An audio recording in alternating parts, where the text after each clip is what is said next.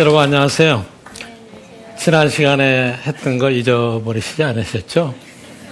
기회비용, 한계 원리, 그렇죠? 경제학은 선택의 과학이다. 그런데 우리가 열 더하기 열은 얼마냐? 10 플러스 10. 수학자한테 물어봤어요.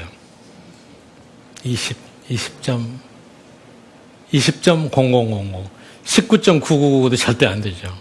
수학에서는 다 빵점이죠.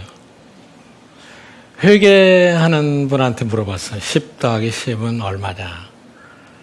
한참 생각하다가 평균적으로 20이 됩니다. 왜 평균적으로 20이 되느냐?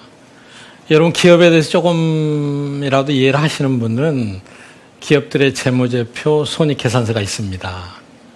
그런데 회계 관행은 경우에 따라서 바뀔 수도 있죠. 어떤 항목을 어떻게 처리하느냐에 따라서 달라질 수가 있죠. 자, 그런데 경제학자한테 물어봤어요. 10 더하기 10은 얼마냐? 얼마일 것 같아요?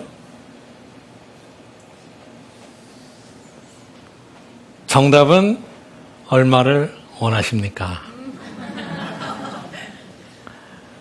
경제학에서는 열하고 열을 넣으면은 잘못 운영하면은 아무것도 안 남을 수 있습니다. 그런데 열하고 열을 여러분이 기회비용이 아주 적게 제대로 관리를 하고 제대로 투자를 한다면은 20보다도 훨씬 많을 수가 있습니다. 이게 현실이에요. 개인의 문제뿐만 아니라 국가도 그래요. 국가도. 우리나라도 60년 후에 잘 경제를 운영하다 보니까 지금 수준으로 올라오게 되지 않았습니까? 그렇죠? 그러니까 여러분 경제학을 배우시면은 10 플러스 10을 적어도 부등호 20보다는 많게 만들으셔야만 되는 겁니다. 그렇죠? 오늘은 제가 수요와 공급에 대해서 말씀드리려고 하는데 사실은 이 수요와 공급의 원리만 정확하게 알아도 우리 경제 현상의 대부분을 설명할 수가 있어요. 수요와 공급이 경제학에서는 이 마술 피리 같은 겁니다. 완전히 매직 같은 거예요. 여러 가지를 이 문제로 해결할 수가 있습니다.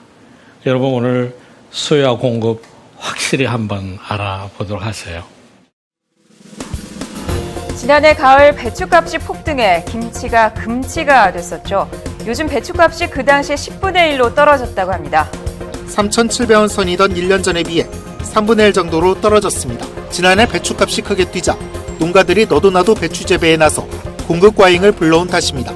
지난 겨울 따뜻한 날씨로 채소 풍년이 들면서 양파와 마늘 등 주요 채소류 가격이 폭락했습니다. 우유 원료가 되는 원유 가격 인상이 확정되면서 다음 달부터 우유값이 줄줄이 오를 것으로 보입니다. 아이스크림 값, 탄산음료 값이 크게 올랐습니다. 라면 값도 오를 조짐을 보이고 있습니다. 가격 인상을 단행할 것으로 보입니다. 국제 곡물가 인상 여파가 본격적으로 우리 식탁에 영향을 미칠 전망입니다. 자, 여러분 가격에도 얼굴이 있다. 여기 나오는 여러 가지 가격들의 변화가 있습니다. 대체로 가격이 올라가는 것보다 내려가는 게 적죠. 근데 요즘엔 내려가는 것도 있어요. 원유값도 많이 내려가지 않았습니까? 그런데 우리가 오늘 이 시간에는 가격이 어떻게 결정되느냐는 경제 현상의 가장 핵심적인 부분을 여러분하고 함께 볼 겁니다. 가격은 두 가지 요인에 의해서 결정이 돼요. 여러분 이 용어는 많이 들으셨을 거예요. 수요하고 공급. 그렇죠? 수요라는 것은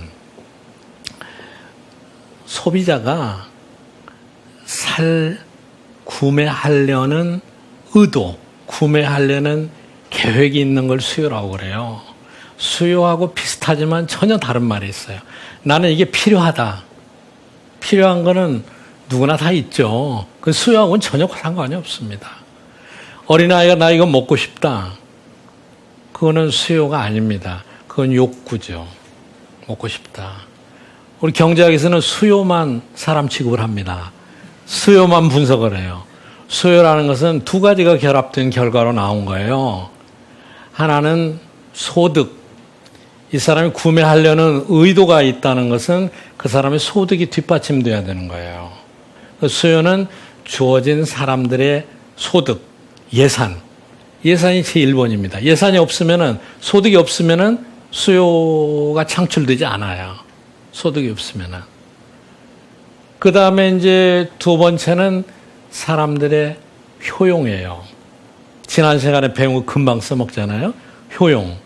그래서 수요라는 것은 자기가 가지고 있는 소득을 가지고 최대한 자기의 효용을 늘린 결과로 나는 얼마만큼을 살려고 계획한다. 살 의도가 있다. 이게 수요인 거예요. 그런데 여기서 중요한 거는 반드시 사지 않아도 돼요. 그러나 내가 이 가격 하에서는 현재 내 소득을 가지고 최대로 내 효용을 높이려면은 얼마 정도 나는 살 용의가 있다. 이겁니다. 실제 사는 건 어느 한 점이겠죠. 그런데 똑같은 소득과 똑같은 효용이 있다 할지라도 수요에 영향을 미치는 다른 요인이 많아요. 예를 들어서 날씨가 더운 날인데 콜라를 마실까? 아이스크림을 먹을까? 콜라 값이 비싸면은 아이스크림을 어떻게 하겠어요? 콜라 대신에 아이스크림을 먹겠죠. 또 아이스크림 값이 너무 비싸면은 다른 거를 또 먹으려고 하겠죠. 이런 것들을 경제학에서는 대체제라고 합니다. 서로 대신해서 구매할 수 있는 거예요. 그러니까는 대체제의 가격, 또 다른 여러 재화의 가격들이 영향을 미칩니다. 또 수요는 사람들의 기호, 선호도 영향을 많이 미쳐요. 어떤 사람은 브랜드만 좋아하는 사람이 있어요. 또 어떤 사람은 술만 좋아하는 사람이 있어요. 완전히 술독에 빠진 분, 그분은 가격이 얼마가 돼도 그걸 먹어야 직성이 풀리죠. 일반 사람들하고 달라요. 그리고 뭐 인구도 있고 또 소득 분포가 어떻게 여러 가지 요인들이 많이 있어요. 자, 그런데 우리가 경제에서 오늘 분석을 하려고 하는 것은 가격이 어떻게 결정되냐를 분석하는 것이기 때문에 가격 이외에 나머지 것들은 다 똑같다고 생각하는 거예요. 실험실을 세팅하는 겁니다. 무슨 말인지 이해하시죠? 다른 요인은 모두 다 똑같다고 가정을 하고 가격하고 수요만 어떻게 변화하는가를 생각해 보는 겁니다. 자, 그래서 이제 그 가격하고 수요를 볼 때 아이스크림 가격하고 수요량을 제가 한번 표를 만들어 봤어요. 아이스크림 값이 500원이라면 수요가 14개다. 14개는 뭐 여러분이 여기다 100을 붙여도 되고 1000을 붙여도 되고 뭐 그냥 개수만 붙여도 됩니다. 기업일 수도 있고 공장일 수도 있고 여러 가지가 있으니까.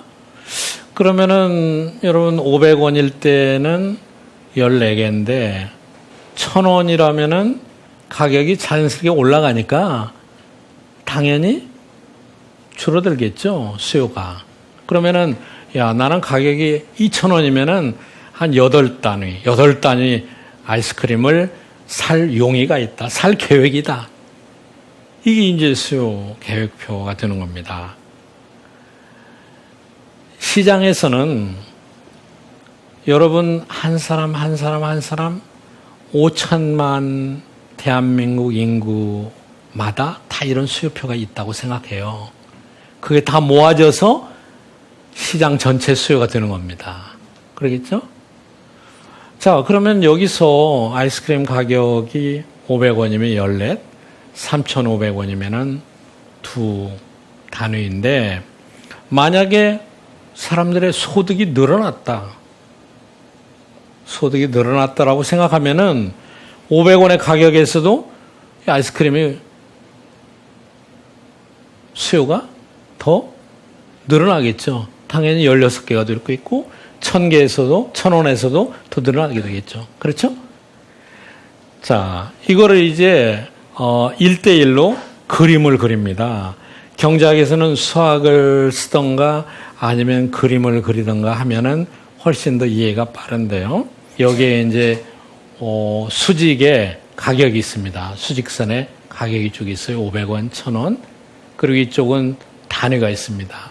아까 수요 계획표를 그대로 갖다가 여기다가 그림으로 그립니다. 가격이 3,500원일 때는 2개를 살 용의가 있었다. 가격이 3,000원일 경우에는 4개, 가격이 2,000원일 경우에는 이렇게. 그렇죠? 그대로 계획표를 만들어 놓고 여기다 이렇게 대각선을 하나 그려 놓은 겁니다. 이 그림에서 얘기할 수 있는 것은 가격이 내려가면 내려갈수록 수요는 늘어난다. 너무나 상식적인 얘기인데 경제학자들은 이걸 갖다 법칙이라고 얘기합니다. 수요의 법칙입니다. 너무나 단순하고 너무나 당연한 일인데 물론 이런 질문을 할 수가 있어요. 나는 가격이 내려가면 그 싸구려처럼 보여서 안 산다. 그럴 수 있어요. 그런데 그 사람은 이미 실험실에서 내보냈어요. 비합리적이라고 그랬죠? 합리적인 사람만 대상으로 하고 있는 겁니다. 여기서는 일반적인 원칙을 찾아내기 위해서 그렇게 되는 겁니다.